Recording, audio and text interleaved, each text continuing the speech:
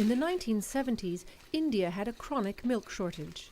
Today, Indian dairy farmers produce more milk than anyone in the world and are sharing firsthand with African dairy farmers the how-tos of their turnaround. The director of an Indian milk cooperative that has almost 3 million members says Africa has what it takes to replicate their model. If an illiterate African woman can be given a goat or a cow, she will become entrepreneur next day and she will become businessman. With only one precondition, that she should be able to connect herself with a cooperative like Amul, which will provide market access. Tanzania has land, cattle, and lots of water, but it produces only 2 ounces of milk per person per day. A fraction of milk is processed, and up to 40% of the country's production spoils before it can be consumed. Now that Tanzanian farmers have visited Indian dairies, they have a blueprint for success.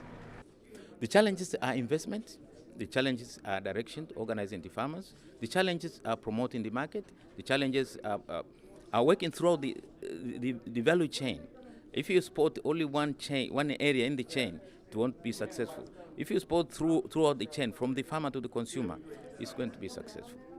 First-hand sharing of experience between India and Tanzania is made possible through a new World Bank facility, the South-South Experience Exchange, that gives developing countries a way to learn from each other's successes and challenges. Countries learn best by seeing how others who have tackled similar issues have done it.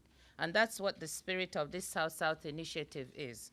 Longer-term cooperation among developing countries exists, but short-term exchanges driven by demand are also needed, says World Bank President Robert Zoellick.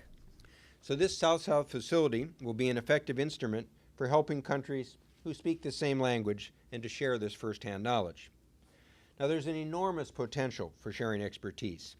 Developing countries can swap words of wisdom about programs ranging from irrigation, pension and tax reform, how to adapt to new technologies, and how to help the poorest people. In addition to country-to-country exchanges, the facility will create a library on the web that will document, monitor and disseminate results from development programs and keep a list of development experts. Pledges for the fund have come from China, India, Mexico, Denmark, the Netherlands, Spain, and the United Kingdom. Other countries are expected to follow.